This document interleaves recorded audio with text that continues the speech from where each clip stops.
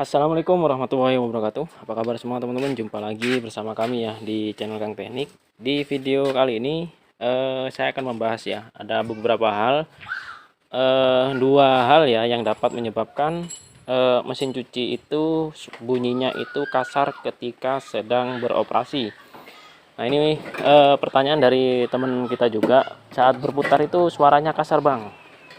Nah solusinya yang perlu kalian cek, yang pertama itu kalian bisa cek pada bagian pulsatornya di sini. Nah kalian bisa buka ya untuk di bagian pulsatornya, lalu kalian cek pada bagian gearnya di sini. Ini ada giginya ya, ini kan ada gigi 11 ya. Nah kalian bisa cek pada bagian sini.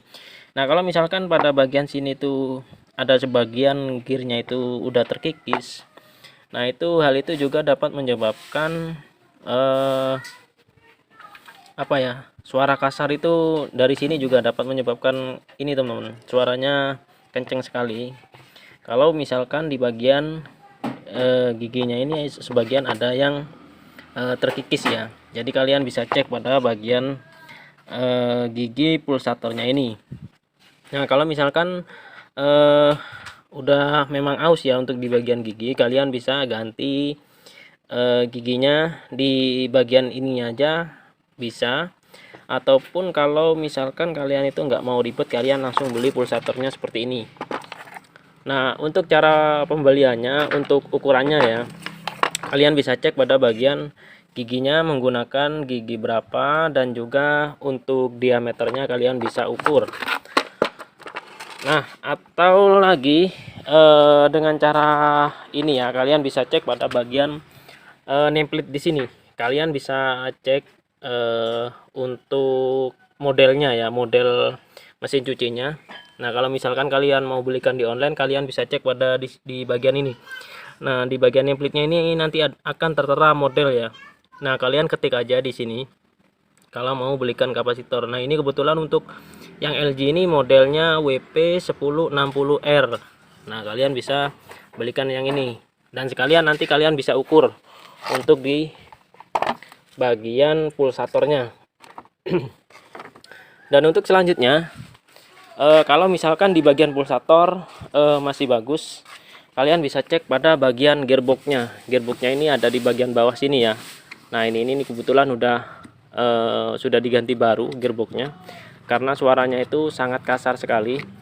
Dan juga untuk di bagian pulsator nggak diganti ya, yang saya ganti itu di bagian gearboxnya, karena gearboxnya itu udah oblak sekali, dan juga untuk suaranya itu sangat kasar teman-teman, makanya saya ganti. Nah di sini saya akan tunjukkan ciri-cirinya.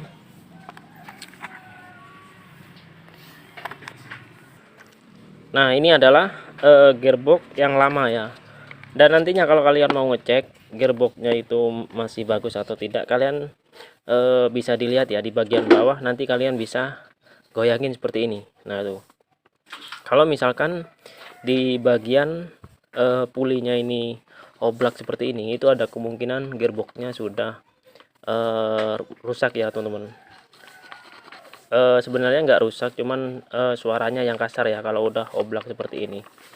Saran saya lebih baik diganti ya teman-teman. Nah kalau misalkan yang bagus itu kan nggak goyang seperti itu ya. Nah nih kita goyangin seperti ini, dia tuh nggak goyang. Nah di sini saya akan buka penyebabnya itu ada di bagian mana. Nah ini kita buka dulu. Nah jadi untuk penyebabnya itu dari sini ya teman-teman. Jadi ringnya atau bosnya itu udah terkikis habis ya. Nah ini, nah tuh harusnya ini kan presisi ya di bagian bulatannya ini, tapi di sini udah terkikis habis tuh.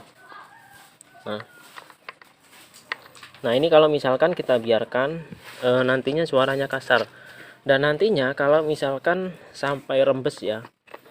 Nah ini yang perlu kalian ketahui, kalau misalkan kita biarkan posisi seperti ini hidup terus-terusan, nantinya kalau misalkan di sini bakalan ada rembesan air ya. Nah ini udah kelihatan kalau udah warnanya ada banyak hitam-hitamnya seperti ini ada kemungkinan ada rembesan air ya. Nah kalau misalkan rembesan seperti ini, kalian harus cepat-cepat ganti supaya tidak sampai terkena dinamonya. Nah contohnya seperti ini. Nah ini untuk di bagian gearbox itu kan ada di bagian sini ya teman-teman.